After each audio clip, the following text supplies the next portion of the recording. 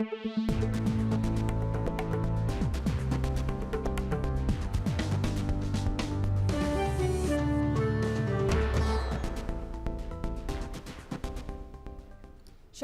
এখন জনপদে, সঙ্গে আছি আমি শরীফ রওশন।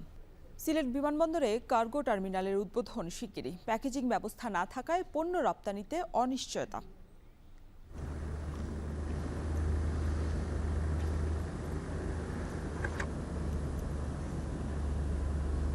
এখানে যদি প্যাকেজিং সিস্টেম চালু না করা হয় তাহলে রপ্তানি করা কঠিন হবে। পণ্য অন্ততপক্ষে পরিবহনটা যদি আরম্ভ করা হয় তাহলে ওয়্যার হাউসটা অ্যাক্টিভ হবে, আমাদের ব্যবসায়ীদের কাজ করতে সুবিধা হবে। যে আমাদের কৃষি পণ্যের ব্যাপারে একটা আছে, আমরা যেগুলো পাঠাতে পারছি না, এই পরিকল্পনায় আমরা এগিয়ে যাই এবং আপনারা শুনে খুশি হবেন যে আমরা অলমোস্ট শেষ পর্যায়ে আছি।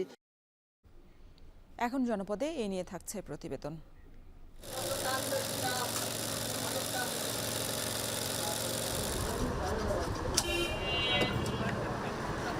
বাচ্চাদের ফরক, কুচি ফরক, এইসব বিভিন্ন সব কিছুই মিলেই জেলেইয়া ভালো। গতবার তো কম ছিল, এবার একটু বেশি। এখন এবার তো প্রথম সবেরাত থেকেই আপনার কাজটা শুরু হয়েছে। মানে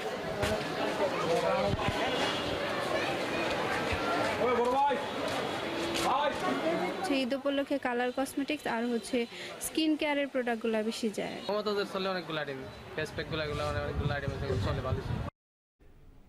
ঈদ বাজারে বাড়ছে ক্রেতার ভিড়, জমে উঠেছে দর্জি এবং থান কাপড়ের দোকান। মেহেদি সহ নানা প্রসাধনীর চাহিদা বেড়েছে কয়েক গুণ। এখন জনপদে এই নিয়েও থাকছে বিস্তারিত, তবে শুরুতেই জানাবো সিলেটের কার্গো টার্মিনাল উদ্বোধন প্রসঙ্গ। সিলেট ওসমানী আন্তর্জাতিক বিমানবন্দর দিয়ে ইউরোপ, আমেরিকা এবং মধ্যপ্রাচ্যে পণ্য রপ্তানি করতে নির্মাণ করা হয়েছে অত্যাধুনিক কার্গো টার্মিনাল। বহুকাঙ্ক্ষিত সেই কার্গো টার্মিনাল চালু হবে 1 থেকে 2 মাসের মধ্যেই। তবে সিলেটে অনুমোদিত ওয়ারহাউসে প্যাকেজিং ব্যবস্থা না থাকায় পণ্য রপ্তানি নিয়ে শঙ্কিত ব্যবসায়ীরা। আরও জানাচ্ছেন গুলজার আহমেদ, ছবি তুলেছেন সেলিম মিয়া। সিলেট বিভাগ জুড়েই নানান জাতের সবজি ও সাইট্রাস জাতীয় ফলের উৎপাদন ব্যাপক। স্থানীয় বাজারের পাশাপাশি এসবের চাহিদা রয়েছে বিশ্বের বিভিন্ন দেশের প্রবাসী বাঙালিদের কাছে। এছাড়া দেশীয় কুটির শিল্পের বিশাল বাজার রয়েছে ইউরোপ, আমেরিকা ও মধ্যপ্রাচ্যে। ওসমানী আন্তর্জাতিক বিমানবন্দরে কার্গো টার্মিনাল না থাকায় এতদিন রাজধানীর হজরত শাহজালাল আন্তর্জাতিক বিমানবন্দর থেকে এসব পণ্য বিদেশে রপ্তানি করতেন ব্যবসায়ীরা, যাতে সময় ও বাড়তি ব্যয়ের বোঝা চাপ ছিল রপ্তানিকারকদের উপর। এ কারণে দীর্ঘদিন ধরেই সিলেট ওসমানী আন্তর্জাতিক বিমানবন্দরে কার্গো কমপ্লেক্স নির্মাণের দাবি জানিয়ে আসছিলেন এ অঞ্চলের ব্যবসায়ীরা। এরই প্রেক্ষিতে প্রায় ২৬ কোটি টাকা ব্যয়ে সিলেটে নির্মাণ করা হয়েছে কার্গো টার্মিনাল। প্রায় ১০০ টন পণ্য ধারণ ক্ষমতা অত্যাধুনিক কার্গো কমপ্লেক্সের কাজও প্রায় শেষ। বসানো হয়েছে এক্সক্লুসিভ ডেডিকেশন সিস্টেম স্ক্যানার মেশিনও। সব ঠিকঠাক থাকলে চলতি মাসেই এই কার্গো টার্মিনাল উদ্বোধনের কথা জানিয়েছে বিমানবন্দর কর্তৃপক্ষ। ঢাকা থেকে শুধু আমাদের সব কার্গোগুলো চায়, তো ঢাকার উপরে লোড বেশি পড়ে, চাপ বেশি পড়ে। তো আমরা যদি সিলেটের থেকে একটা শুরু করতে পারি তাহলে আমাদের চাপ কমে যাবে এবং এই এরিয়ার যত লোড আছে আমরা পাঠাতে পারবো। প্লাস আমাদের জানেন যে আমাদের কৃষি পণ্যের ব্যাপারে একটা আছে, আমরা যেগুলো পাঠাতে পারছি না, এই পরিকল্পনায় আমরা এগিয়ে যাই এবং আপনারা শুনে খুশি হবেন যে আমরা অলমোস্ট শেষ পর্যায়ে আছি। এই মাসের শেষের দিকে, না হলে সামনের মাসের ফার্স্ট উইকে আমাদের অপারেশন শুরু হবে। কার্গো কমপ্লেক্স নির্মাণ করা হলেও এখনও গড়ে ওঠেনি প্যাকেজিং ব্যবস্থা। ফলে রপ্তানি নিয়ে কিছুটা সন্দিহান স্থানীয় ব্যবসায়ীরা। তারা বলছেন, প্যাকেজিং ব্যবস্থা না থাকলে সিলেট থেকে পণ্য রপ্তানি করতে সময় ও খরচের পরিমাণ বাড়বে। খাদ্যদ্রব্যের ব্যাপারে ল্যাব থাকতে হবে, পরীক্ষা করে এইটাকে কতদিন ভালো থাকবে, প্যাকেজিং সিস্টেম করা, এইগুলা যদি না থাকে, এখানে যদি প্যাকেজিং সিস্টেম চালু না করা হয় তাহলে রপ্তানি করা কঠিন হবে। আচ্ছা, অন্য জায়গা থেকে যেমন ঢাকার যে ল্যাব আছে, ল্যাব থেকে হয়তো সিলেট আনিয়ে ওইটাকে রপ্তানি করার ব্যবস্থা করতে পারে সরকার, কিন্তু রপ্তানিকারকরা ঢাকা থেকে সিলেট পর্যন্ত যে ক্যারিং চার্জ, অতিরিক্ত ওদের উপরে যে টাকাটা পড়বে, এর ধরুন কেউ রপ্তানি করতে চাইবে না। যেহেতু ওয়্যার হাউস রেডি এবং সময় এসেছে এবং এইটার যে একটা চাহিদাও আছে, তাহলে পণ্য অন্ততপক্ষে পরিবহনটা যদি আরম্ভ করা হয় তাহলে ওয়্যার হাউসটা অ্যাক্টিভ হবে, আমাদের ব্যবসায়ীদের কাজ করতে সুবিধা হবে এবং পাশাপাশি অনতিবিলম্বে যাতে প্যাকেজিং সিস্টেমটা যাতে চালু হয়। যদিও বিমানবন্দর কর্তৃপক্ষ বলছে, কৃষি পণ্য রপ্তানি করে ব্যবসায়ীরা যেন সুফল পান সে বিষয়ে কৃষি মন্ত্রণালয়কে উদ্যোগ নিতে হবে। প্যাকিং হাউসের বিষয়টা আসলে কৃষি মন্ত্রণালয়ের, তারা দেখছেন বিষয়টা প্যাকিং হাউসের মাধ্যমে শুধুমাত্র কৃষিপণ্য ইউরোপিয়ান ইউনিয়ন এবং ইউকেতে পাঠানোর ক্ষেত্রে সুবিধা হবে। এছাড়া অন্য সব জায়গায় প্রেরণের কিন্তু সুবিধা আমাদের আছে। খাত সংশ্লিষ্টরা বলছেন, প্যাকেজিং হাউস তৈরি হলে সিলেট থেকে বছরে অন্তত 250 কোটি টাকার কৃষিপণ্য রপ্তানি করা সম্ভব, যা এখন শূন্যের কোঠায়। গুলজার আহমেদ, এখন সিলেট।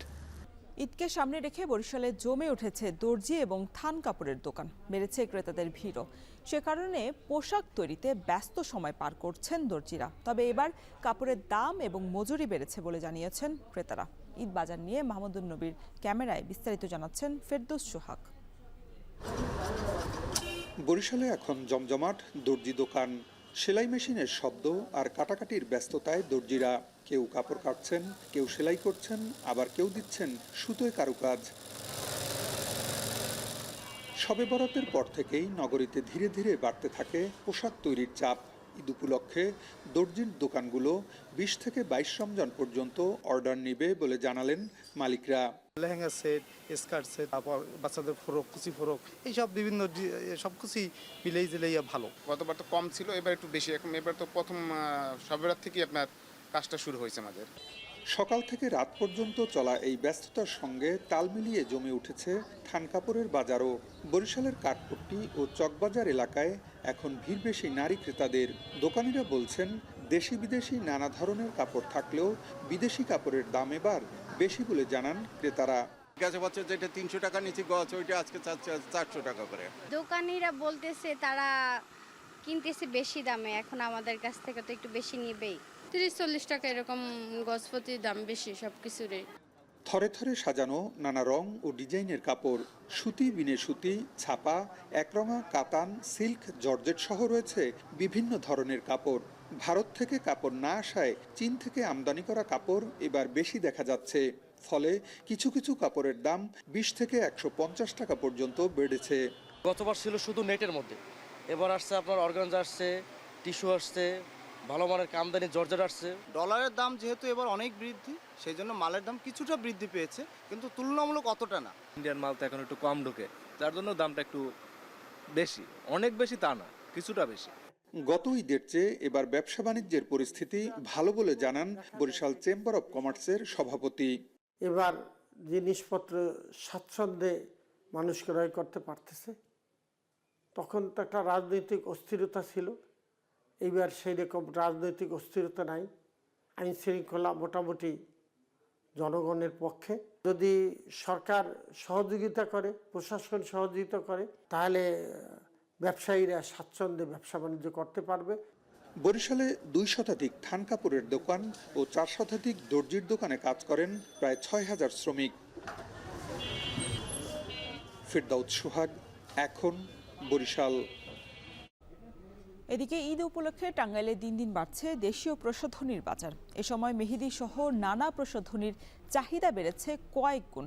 ক্রেতারা বলছেন, আবহাওয়ার সঙ্গে সামঞ্জস্য রেখেই দেশীয় বিভিন্ন ব্র্যান্ডের প্রসাধনী কিনছেন তারা। আর এদিকে ব্যবসায়ীরা বলছেন, ঈদে প্রসাধনী থেকে জেলায় ব্যবসা হবে প্রায় 12 কোটি টাকার। কাউসার আহমেদের তথ্য ও ছবিতে প্রতিবেদন। ঈদে কেবল নতুন পোশাক নয়, 2 হাত মেহেদিতে রাঙিয়ে নিতে বিশেষ উৎসব হিসেবে ধরা দেয় নারীদের কাছে। সঙ্গে পছন্দের প্রসাধনীর ব্যবহার আর উপটানে নিজেকে নতুন করে সাজিয়ে নেওয়া তো আছেই। প্রকৃতি আর পরিবেশের কারণে গরমে ভারী মেকআপ অস্বস্তির কারণ হতে পারে, তাই এবারে হালকা ও সতেজ সাজসজ্জা বেছে নিতে চাইছেন তরুণীরা। ঈদ উপলক্ষে কালার কসমেটিক্স আর স্কিন কেয়ারের প্রোডাক্টগুলো বেশি যায়।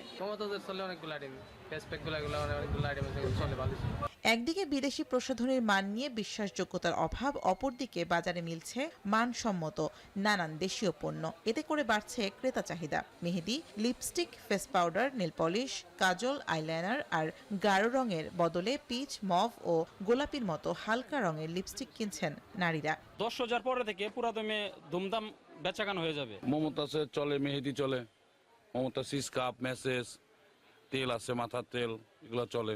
ব্যবসায়ীরা বলছেন, গত বছরের তুলনায় এবারে প্রসাধনীর দাম কিছুটা বাড়তি। আর রমজানের শুরুর দিকে হওয়ায় ক্রেতাদের ভিড়ও কিছুটা কম। তবে রমজানের শেষের দিকে ক্রেতাদের ভিড় আরও বাড়বে বলছেন তারা। আর ব্যবসায়ী নেতারা বলছেন, আসন্ন ঈদে জেলায় প্রসাধনী বিক্রি হবে 12 কোটি টাকার। টাঙ্গাইলে অন্তত 6 থেকে 700 দোকান রয়েছে কসমেটিক্সে। তো ব্যবসায়ীদের আশাবাদ এবার যে তারা অন্তত 10 থেকে 12 কোটি টাকার বিক্রি হবে বলে মনে করছেন। গত বছর ঈদে টাঙ্গাইলে 7 কোটি টাকার প্রসাধনীর বিক্রি হয়েছিল। এখন টাঙ্গাইল, রাজশাহী, নাটোর এবং রাঙামাটিতে চলছে টিসিবির পণ্য বিক্রি। বাজারের তুলনায় কম দামে সেখান থেকে পণ্য কিনতে পারছেন ক্রেতারা। এ বিষয়ে আরও বিস্তারিত জানাতে রাজশাহীর কাদিরগঞ্জ থেকে যুক্ত হচ্ছেন রাকিবুল হাসান, নাটোরের কানাইখালী থেকে যুক্ত হচ্ছেন মাহবুব হোসেন এবং রাঙামাটি সরকারি কলেজ থেকে যুক্ত হচ্ছেন জিয়াউর রহমান জুয়েল। তবে শুরুতেই রাকিব, আপনার কাছে জানতে চাই প্রতিদিন কত মানুষ এই সুবিধা পাচ্ছেন আর টিসিবির এই কার্যক্রমে ক্রেতাদের কোনো অভিযোগ আছে কিনা? রওশন, আসলে বাজারে যখন দ্রব্যমূল্যের ঊর্ধ্বগতি তখন এই টিসিবি পণ্য পাওয়ার পরে কিন্তু যারা প্রান্তিক মানুষ রয়েছেন, খেটে খাওয়া মানুষ রয়েছেন, তাদের জন্য খানিকটা হলেও সুবিধা হয়েছে। কেননা অন্যান্য পণ্য বাজারে যতটা দাম তার থেকে অনেকাংশেই কখনো কখনো অর্ধেক দামে কিন্তু আসলে তারা পাচ্ছেন। তো রাজশাহীতে পুরো নগর জুড়ে 10টি পয়েন্টে কিন্তু আসলে টিসিবি পণ্য দেয়া হচ্ছে। আজকে আমরা যেটি লক্ষ্য করেছি যে যেহেতু আজকে একটু বেশি পরিমাণে দেওয়া হবে অন্যান্য দিনে থেকে, প্রায় 500 জনকে দেওয়া হবে, যার কারণে কিন্তু টিসিবি পণ্য উত্তোলনের জন্য একটু দেরি হয়েছে। এখানকার ডিলার যারা আছেন তারা যেটি বলছেন যে নওদাপাড়া থেকে আসলে পণ্য তুলতে হয় এবং তারপরে নগরের বিভিন্ন পয়েন্টে গিয়ে কিন্তু তারা তাদের পণ্যগুলো বিতরণ করেন। তো সেক্ষেত্রে প্রত্যেক দিনই কিন্তু প্রায় 4 থেকে 4,500 মানুষকে কিন্তু আসলে টিসিবি পণ্য বিতরণ করা হচ্ছে। এর মধ্যে চিনি দেয়া হচ্ছে 1 কেজি 70 টাকা দরে, ছোলা 2 কেজি 120 টাকা, মসুরের ডাল দেয়া হচ্ছে 2 কেজি 120 টাকা দরে এবং সয়াবিন তেল 2 বোতল সেটি 200 টাকা এবং খেজুর হাফ কেজি করে 77 টাকা দরে দেয়া হচ্ছে, যেটি বাজার মূল্য থেকে অনেকাংশেই অর্ধেক।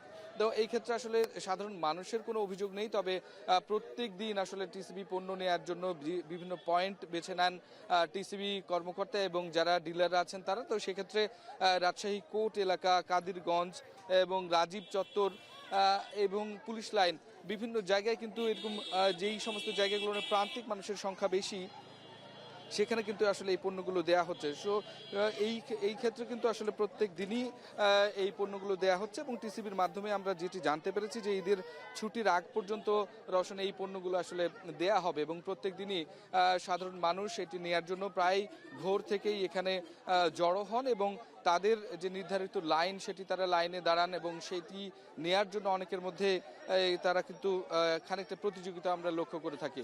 তো এই ক্ষেত্রে আমরা যেটি আসলে লক্ষ্য করছি আজকের টিসিবির 10টি পয়েন্টে আসলে লোক সমাগম বেড়েছে, যেহেতু অন্যান্য দিনের থেকে আজকে টিসিবির পণ্য একটু বেশি দেওয়া হবে প্রায় 500 জনের কাছে, যার কারণে কিন্তু আমরা এখানে আসলে দেখছি যে সাধারণ মানুষের উপস্থিতি অনেক বেশি বেড়েছে। এবং কিছুক্ষণ আগে আমরা ডিলারদের সাথে কথা বলছিলাম, তারা বলছেন যে যেহেতু 11টার সময় আসার কথা ছিল, খানিকটা একটু দেরি হচ্ছে, সেটি 11:15 বা 11:20 নাগাদ এখানে এসে টিসিবির ট্রাক পৌঁছবে সেই মালামালগুলো নিয়ে, সেটি প্রস্তুত করতে আরও 2-1 মিনিট তারপরে আসলে পণ্য বিতরণ হবে। তো রাজশাহীতে কিন্তু 10টি পয়েন্টে প্রত্যেক দিনে এইরকম কার্যক্রম চলছে, ঈদের ছুটির আগ পর্যন্ত কিন্তু সেটি চলমান থাকবে। তো একই সাথে কিন্তু নাটোরেও টিসিবি পণ্য দেওয়া হচ্ছে। কানাইখালীতে আছেন সহকর্মী মাহবুবের কাছে জানতে চাইবো যে আসলে সেখানে কি কি পণ্য দেওয়া হচ্ছে এবং ক্রেতাদের এই নিয়ে কোনো ধরনের অভিযোগ আছে কিনা বা তারা আসলে কি চাচ্ছেন, অন্যান্য কোনো পণ্য আসলে প্রত্যাশা করছেন কিনা। মাহবুব। জি রাকিব, আপনি যেমনটি রাজশাহীর খবর জানাচ্ছিলেন, নাটোরে কিন্তু একই রকম, যে নাটোরে এই মুহূর্তে রয়েছে আমরা কানাইখালী এলাকায়। এখানে দেখতে পাচ্ছেন যে ফজরের নামাজের পর থেকে কিন্তু যারা টিসিবির পণ্য নেবেন তারা কিন্তু এখানে এসে ভিড় করছেন। এই নাটোরে প্রায় 5টি পয়েন্টে কিন্তু একযোগে এই টিসিবি পণ্য বিতরণ করা হচ্ছে। আমি যদি একটু বলে রাখি যে নাটোর শহরে যে হরিশপুর বাইপাস রয়েছে, সদর থানার সামনে কেন্দ্রীয় মসজিদ, স্টেশন বাজার এবং আরেকটি যে বাইপাস রয়েছে সেই বাইপাসে মোট 5টি পয়েন্টে কিন্তু এইভাবে টিসিবির পণ্য দেওয়া হচ্ছে। তো এক একটি পয়েন্টে কিন্তু 400 জন মানুষ তারা এই টিসিবি পণ্য নিতে পারছেন। যেমনটি বলছিলেন যে চিনি দেওয়া হচ্ছে 1 কেজি, এই ডাউল 2 কেজি, ছোলা 2 কেজি এবং যে সয়াবিন তেল রয়েছে সেটি কিন্তু 2 লিটার দেওয়া হচ্ছে। এতে করে বাজারের তুলনায় কিন্তু সাধারণ মানুষ যে কিন্তু তারা যে কম কিনতে পারার কারণে কিন্তু তারা এই জায়গাগুলোতে প্রচুর পরিমাণে ভিড় জমিয়েছে। আমরা সকাল থেকে এখানে কিন্তু দেখতে পাচ্ছিলাম সাধারণ মানুষ যেটি অভিযোগ করছেন যে এই এখন যেহেতু 11টা বেশি পার হয়ে যাচ্ছে, যার কারণে এটি কিন্তু সারাদিন সাধারণ মানুষের পক্ষে দাঁড়িয়ে থাকা সম্ভব নয়। যার কারণে কিন্তু এখনো কিন্তু নাটোরে যে এইসব পয়েন্টগুলোতে যে টিসিবির পণ্য দেওয়া হবে সেটি কিন্তু এখনো বিতরণ কার্যক্রম শুরু হয় নাই। অর্থাৎ যারা ডিলার রয়েছেন তারা কিন্তু রাজশাহী থেকে টিসিবি যে পণ্য নিয়ে আসার পরে তারা কিন্তু এখানে বিতরণ করেন। আমরা দেখতে পেয়েছি সাধারণ মানুষ কিন্তু ব্যাপক ভোগান্তির মধ্যে রয়েছে। এই যে তীব্র রোদ রয়েছে, রোদের মধ্যে তারা দাঁড়িয়ে রয়েছেন, অনেকে বসে পড়েছেন। এই যে ভোগান্তি, এই ভোগান্তি লাঘবের জন্য কিন্তু তারা যেটি দাবি জানিয়েছে যে সকাল ৯টা থেকে যদি এই টিসিবি পণ্য দেওয়া হয় তাহলে কিন্তু তারা যে এই দ্রুত সময়ের মধ্যে কিন্তু তারা পেয়ে যাবেন এবং এই ভোগান্তিটা হবে না। সব মিলে সাধারণ মানুষ কিন্তু এটিকে বেশ তারা উৎসাহের সহিত গ্রহণ করছে এবং তারা যে পণ্য রয়েছে তারা সেটি কিন্তু ক্রয় করছে। নাটোরে মোট 12 জন ডিলারের মাধ্যমে কিন্তু তারা এই তারা প্রতিদিন এটি সংগ্রহ করতে পারবেন। এই মুহূর্তে টিসিবি কার্যক্রম বিতরণ নিয়ে আমাদের সাথে যুক্ত হবেন রাঙ্গামাটি থেকে সহকর্মী জুয়েল জানাবেন যে সেখানে টিসিবি পণ্য বিতরণ কার্যক্রম কেমন দেখছেন এবং বাজারের তুলনায় সাধারণ মানুষ কত টাকা করে তারা সাশ্রয়ী পাচ্ছে।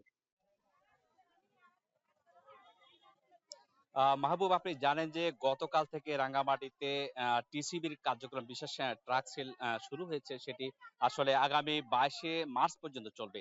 শহরের 15টি স্পটে প্রতিদিন 5টি করে স্পটে ভাগ করে এই পণ্যগুলো বিতরণ করা হচ্ছে।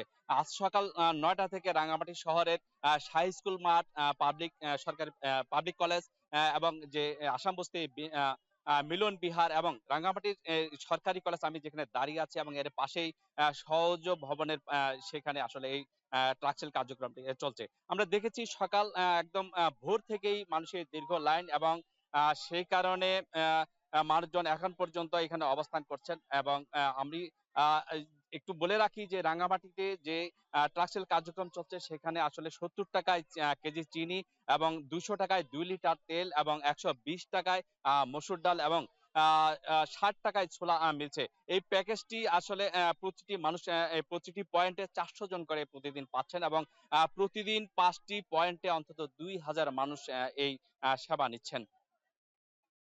একটু বলে রাখি যে এখানকার আমি সকাল থেকে যাদের সঙ্গে কথা বলেছি তারা প্রত্যেকেই বলেছেন দীর্ঘ লাইনের পরে অনেকে পাননি, কারণ প্রতিটি পয়েন্টে মাত্র 400 জন মানুষকে এই কার্যক্রমের আওতায় নেওয়া গেছে এবং বাকি অন্তত প্রতিদিন যদি 1000 মানুষকে এটি দেওয়া যায় এবং এই সংখ্যা যে পয়েন্টে যদি আরেকটু বাড়ানো যায় সেই কথাগুলো বলছিলেন। মানুষ দীর্ঘক্ষণ দাঁড়িয়ে থেকে অনেকেই ফিরে গেছেন, এই পণ্য নিতে পারেনি। তারা আক্ষেপ জানিয়েছেন প্রশাসনের প্রতি, তারা দাবি জানিয়েছেন এই পয়েন্টে যদি বাড়ানো যায় এবং একই সঙ্গে এই সংখ্যাটিও যদি বাড়ানো যায় সেক্ষেত্রে তারা উপকৃত হবেন। রাঙ্গামাটি থেকে এই ছিল আমার কাছে সবশেষ।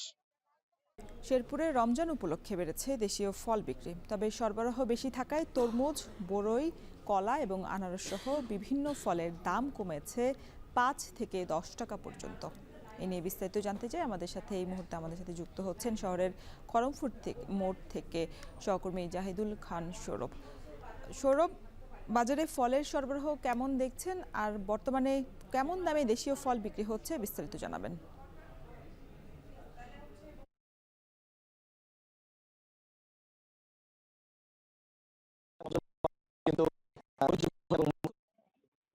তো আমাদের কিন্তু শেরপুরে রমজান উপলক্ষে বিদেশি ফলের পাশাপাশি দেশীয় ফলের যে তো আমি যেখানে দাঁড়িয়ে রয়েছি এবং এটি হচ্ছে শহরের ব্যস্ত নাকি আমি সকাল থেকে দেখছিলাম যে শেরপুর জেলা শহরের থানা মোড়, আরামপুর মোড়, নিউ মার্কেট মোড় সহ বেশ কয়েকটি গুরুত্বপূর্ণ স্থানে কিন্তু এই দেশীয় ফলের বাজার এবং বিশেষ করে যারা ছোট ছোট ফল বিক্রি তারা কিন্তু ভ্যানে করে এবং অস্থায়ী বাজারে কিন্তু তারা ফল বিক্রি করে।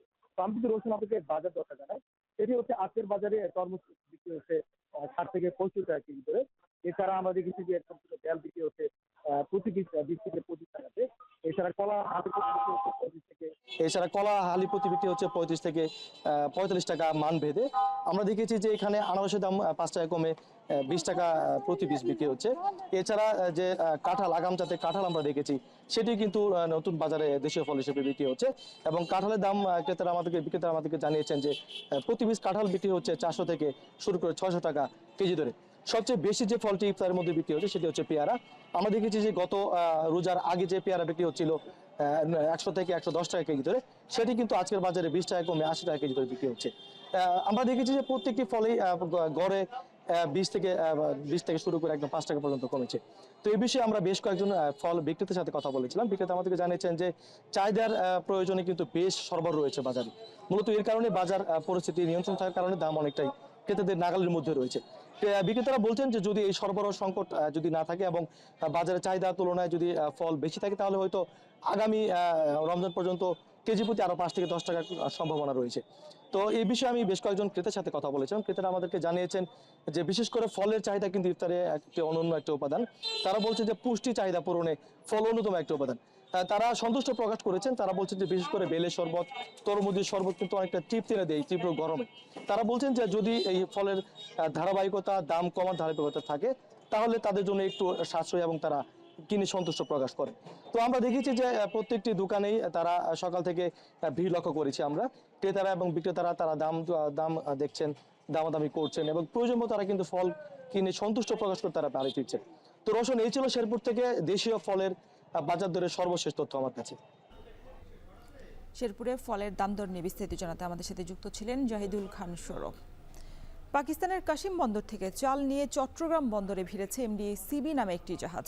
26,200 টন চাল নিয়ে বন্দরের 1 নম্বর জেটিতে ভিড়েছে জাহাজটি। এই নিয়ে বিস্তারিত জানাতে আমাদের সাথে চট্টগ্রাম বন্দর থেকে যুক্ত হচ্ছেন সহকর্মী হাজেরা শিউলি।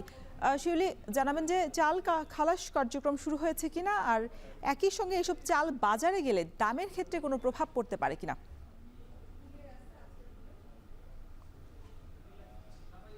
খালাসের কার্যক্রম শুরু হয়েছে রাত 12টা থেকেই এবং এখন কিন্তু পুরোদমে চাল খালাস চলছে। এটি কিন্তু পাকিস্তান থেকে আসা এই সরকারের আমলে চালের প্রথম চালান।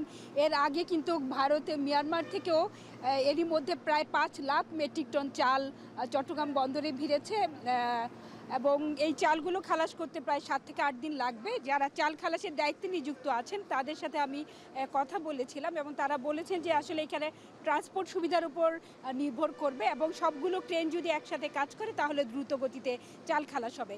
তো বাজারে চালের যে প্রভাব পড়া নিয়ে যেটি বলছেন, আসলে বাজারে এত সরকারি পর্যায়ে বিপুল পরিমাণ চাল আমদানির হলেও কিন্তু বাজারে এর তেমন কোনো প্রভাব দেখা যাচ্ছে না। এখনও কিন্তু চাল বেশ চড়া দামেই বিক্রি হচ্ছে এবং 55 টাকার নিচে কোনো চাল নেই এবং মোটা চাল বিক্রি হচ্ছে 55 থেকে 60 টাকা এবং এর চেয়ে আরও বেশি আর একটু ভালো মানের চাল বিক্রি হচ্ছে আরও বেশি দামে।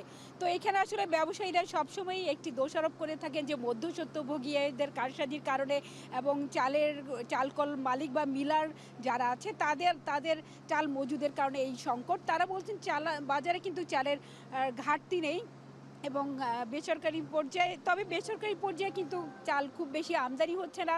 যদিও অন্তর্বর্তীকালীন সরকার বাজারে চালের দাম সহনীয় রাখতে সব ধরনের শুল্ক করি তুলে নিয়েছে, তারপরেও বেসরকারি পর্যায়ে চাল আমদানি আমরা তেমন একটি উদ্যোগ দেখছি না। তো এখন পর্যন্ত সরকার আসলে 10 লাখ মেট্রিক টন চাল আমদানির জন্য দরপট আহ্বান করেছে এবং এর মধ্যে 5 লাখ টন মেট্রিক টন চলে আসছে এবং পর্যায়ক্রমে ভিয়েতনাম থেকেও আরও প্রায় 1 লাখ মেট্রিক টন চাল আসবে।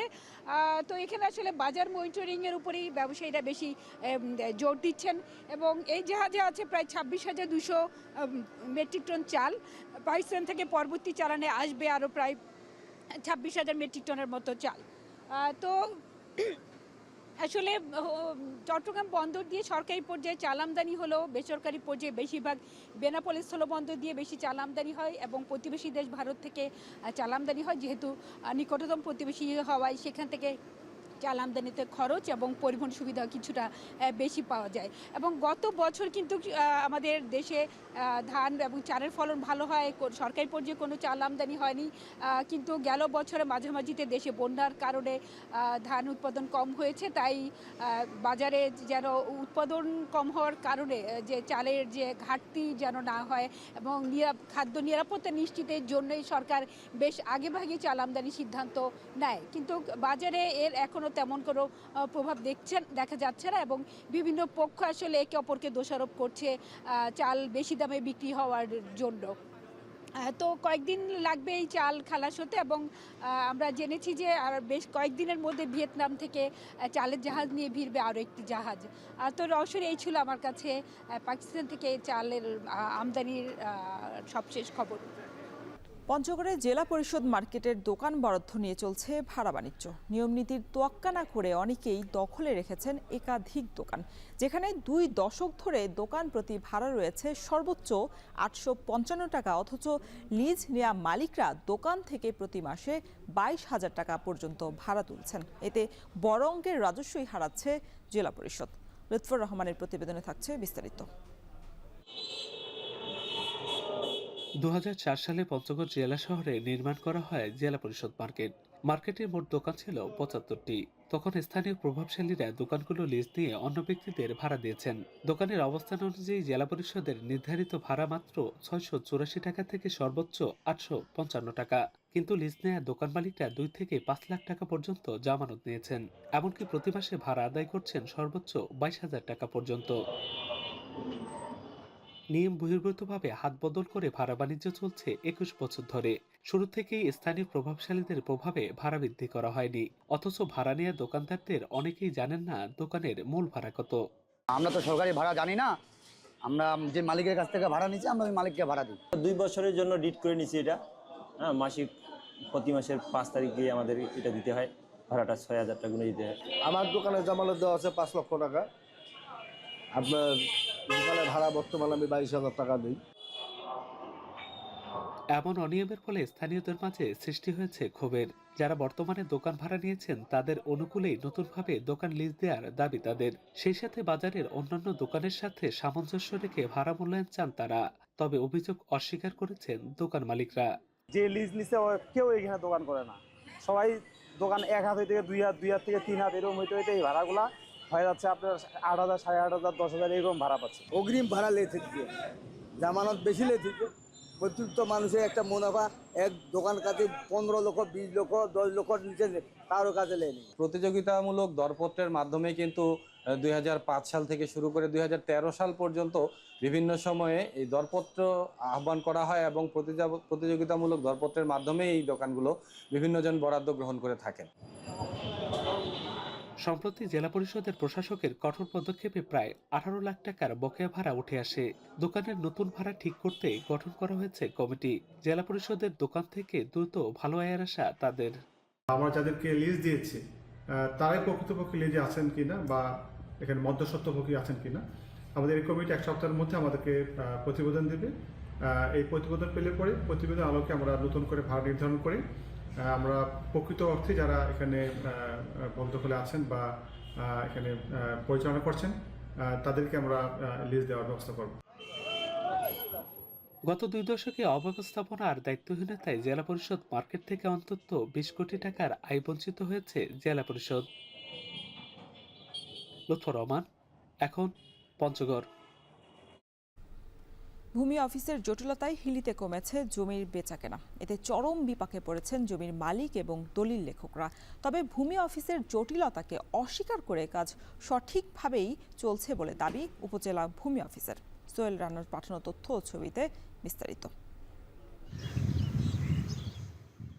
দিনাজপুরের সীমান্তবর্তী হাকিমপুর উপজেলায় জমির নামজারি, খাজনা ও খারিজে বেড়েছে ভোগান্তি।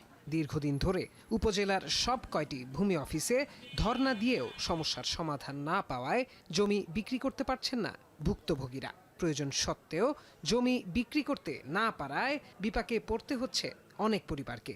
খাজনা দিতে গেলে মানে এক খতিয়ানে যতগুলো জমি আছে সবগুলা খাজনা কাটে নিচ্ছে। চেক পাচ্ছি না, খাজনা দিতে পারতেছি না, খাজনা দিতে আংশিক নিচ্ছে না, গোড়ারায় নিচ্ছে। 4 থেকে 5 মাস অফিস আদালত ঘুরতে ঘুরতে হয়রানির শিকার। ইউনি মহোদয় সমস্ত দপ্তরগুলো দেখে, আমাদের স্টিল মহোদয় না থাকার কারণে আমাদের এই ভোগান্তিটা।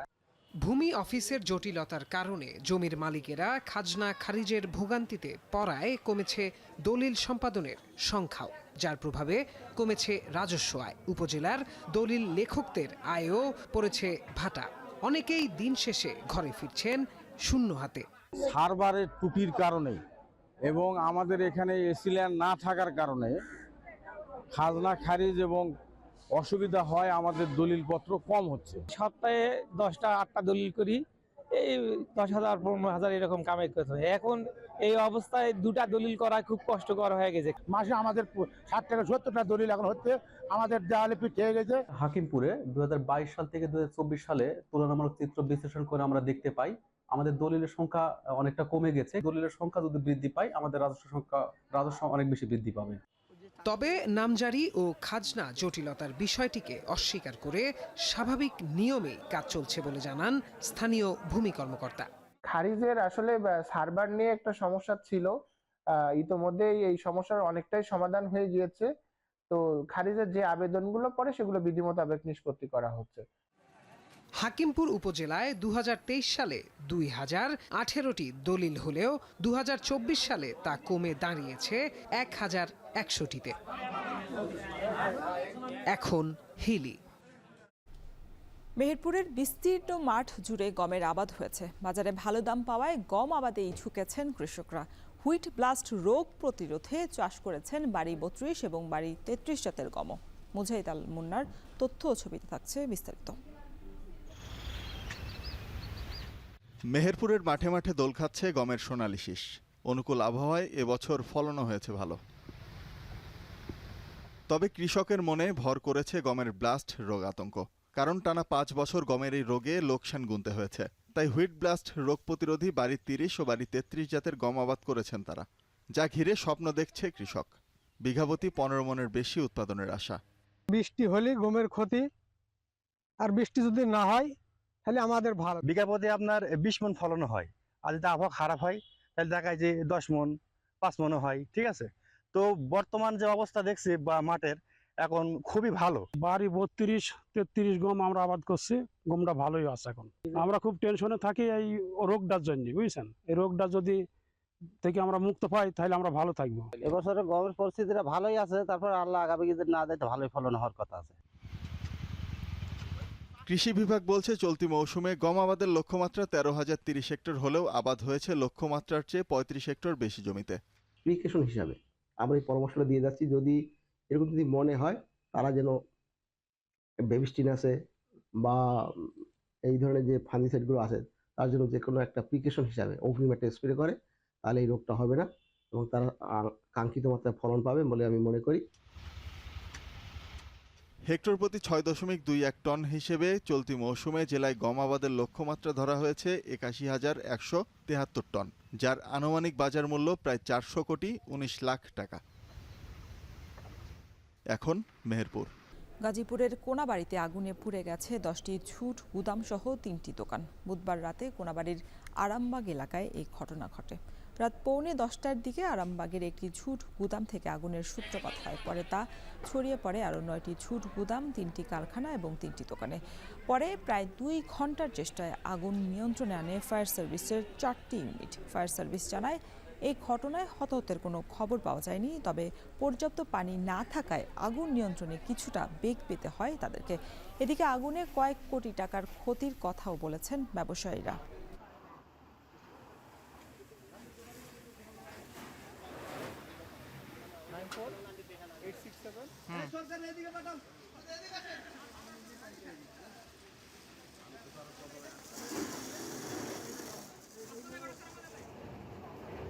এখানে 10টা জুট গোডাউন এবং 3টা দোকান ছিল, সেলুন এবং ফার্মেসি, আর 3টা কারখানা ছিল। দুই দিকেই আবাসিক বাসা। এখন যদি ওখানে যে আগুনটা ছড়ায় যেত তাহলে পুরো এলাকাটাই আগুন ছড়ায় যেত। তো আমাদের মূল টার্গেটটাই ছিল আগুন যেন বাসা বাড়িতে না যায়। তো আমরা সেটা রক্ষা করতে পেরেছি এবং পাশে আরও অনেকগুলো গোডাউন আছে ওই সাইডে, সেগুলো আমরা সেভ করতে পেরেছি। সিলেটের শাহপরান এলাকায় আধিপত্য বিস্তারের জেরে 5 গ্রামের বাসিন্দাদের সংঘর্ষে 20 জন আহত হয়েছেন। বুধবার রাত 9টা পর্যন্ত দফায় দফায় এই সংঘর্ষের ঘটনা ঘটে। বুধবার বিকেলে তুচ্ছ ঘটনা কেন্দ্র করে সংঘর্ষের শুরু হয়। স্থানীয়রা জানান শাহপরান এলাকার দাসপাড়া, বালুটিকর, বংশীধর, চকগ্রাম এবং হালুয়ারপাড় গ্রামবাসীর মধ্যে এই সংঘর্ষ হয়। এই সময় ইট পাটকেল নিক্ষেপ করা হয়। পরে প্রায় 1 ঘন্টার চেষ্টায় পরিস্থিতি নিয়ন্ত্রণে আনে পুলিশ এবং সেনাবাহিনী। এলাকা জুড়ে এখন থমথমে পরিস্থিতি বিরাজ করছে।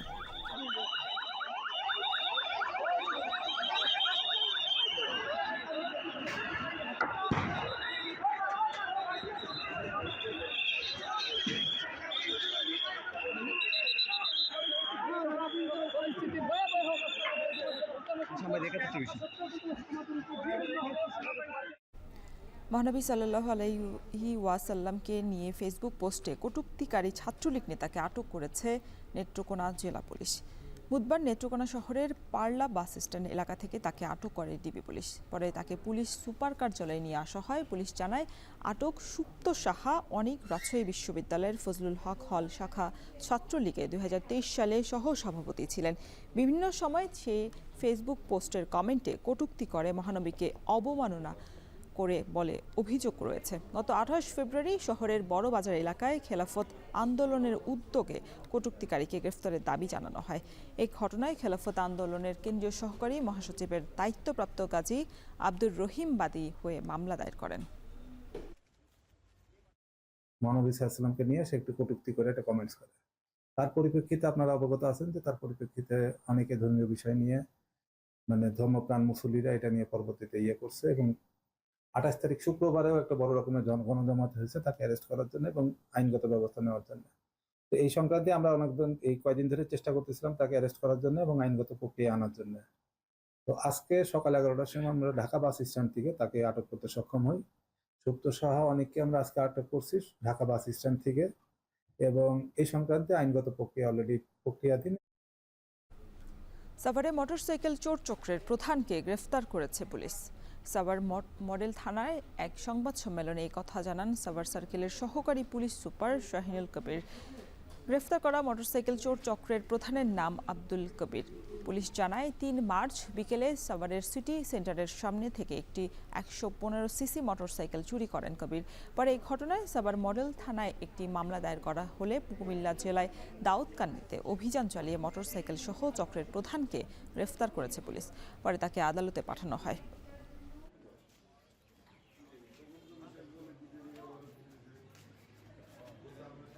খুলনায় বেড়েছে মশার উপদ্রব। সিটি কর্পোরেশনের পক্ষ থেকে মাঝে মাঝে স্প্রে করা হলেও সেটা কোনো কাজেই আসছে না বলছে নগরবাসী। এ বিষয়ে আরও বিস্তারিত জানাতে আমাদের সাথে খুলনার মিয়াপাড়া মোড় থেকে যুক্ত হচ্ছেন সহকর্মী তরিকুল ইসলাম। তরিকুল, মশার উপদ্রব নিয়ন্ত্রণে সিটি কর্পোরেশনের কার্যক্রম কেমন দেখছেন, বিস্তারিত জানাবেন। রওশন, খুলনায় মশা নিধনে সিটি কর্পোরেশনের যে কার্যকর উদ্যোগ নেওয়া প্রয়োজন সেটি আসলে এখনো পর্যন্ত সেভাবে দৃশ্যমান হয়নি। প্রতিদিন সকালে তারা যেটি বলছে যে স্প্রে করা হচ্ছে ড্রেনে, মশার যে ডিম ছেড়েছে সেই ডিমগুলো নিধনে, কিন্তু আমরা আসলে এই জিনিসটা দেখতে পাইনি। মাঝে মাঝে আমরা দেখতে পাচ্ছি যে বিকালবেলা সেখানে ফগার মেশিন নামে যে মেশিনটি রয়েছে, যেটি ধোঁয়া বের হয়, সেই মেশিন দিয়েই স্প্রে করা হচ্ছে এবং সেটি কিন্তু সীমিত পরিসরে। আমরা যেটি খবর নিয়েছি যে খুলনা সিটি কর্পোরেশনের যে কনজারভেন্সি বিভাগ রয়েছে সেই বিভাগে কিন্তু ফগার মেশিনের সংখ্যা মাত্র 57টি সচল।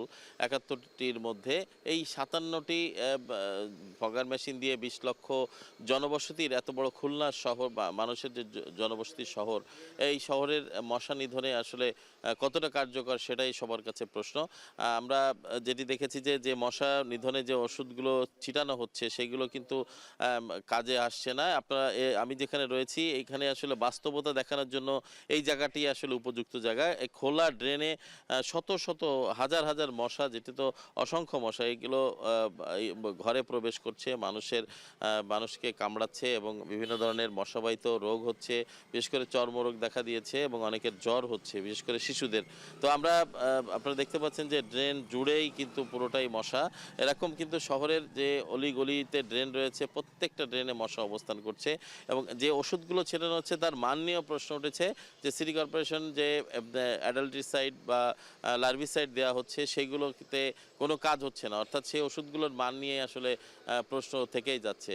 আপনারা জানেন যে এই চলতি বছর প্রথম দিক পর্যন্ত বা সর্বশেষ বছরের যে ডিসেম্বর বা নভেম্বর, তখন কিন্তু শীত মৌসুমে শুরুর মধ্যেও ডেঙ্গুর প্রকোপ বেড়ে গিয়েছিল। এই ডেঙ্গুর প্রকোপ বেড়ে যাওয়ার পরে যে সিটি কর্পোরেশন থেকে যে কার্যকরী উদ্যোগ নেওয়ার প্রয়োজন ছিল সেটি কিন্তু সিটি কর্পোরেশন নিতে পারেনি। আপনারা জানেন যে এখন কাউন্সিলর যে 31টা ওয়ার্ডে কাউন্সিলর রয়েছেন, কাউন্সিলর পদগুলো কিন্তু সিটি কর্পোরেশনের কর্মকর্তারা তারা সেখানে অবস্থান করছেন। তারা যে দায়িত্ব তাদের পালন করার প্রয়োজন তারা কিন্তু সেভাবে জনসাধারণের মাঝে বা সচেতন মানুষের মাঝে যে কথা বলতে করতে বা তাদের যে অভিযোগ বা গুলো রয়েছে সেগুলো তারা কিন্তু আসলে শুনে কার্যকর কোনো পদক্ষেপ খুব বেশি নিতে পারছে না। তো এর কিছু কারণ রয়েছে, প্রশাসনিক কিছু জটিলতা রয়েছে। তো এটি কিন্তু এখন জনগণ বা এখানকার নগরবাসী এটির যে দুর্ভোগ, মশার যে দুর্ভোগ, সেটি নগরবাসীর উপরই কিন্তু তারা পড়ছে এবং নগরবাসী যেটি বলছে যে দ্রুত কার্যকর উদ্যোগ না নিলে যে সর্বশেষ বছরে যে ডেঙ্গুর প্রকোপ ঘরে ঘরে ছিল খুলনায়, যেটি আসলে খুলনাতে ছিলই না, সেই প্রকোপ কিন্তু আবারও শুরু হবে এবং সেই সংখ্যাটা করছে। এবং গত বছর কিন্তু মৃত্যুর হারও ছিল বেশ কিছু, যেটি কিন্তু হাসপাতাল কর্তৃপক্ষ হিমশিম খেয়েছে এই চিকিৎসা দিতে যে।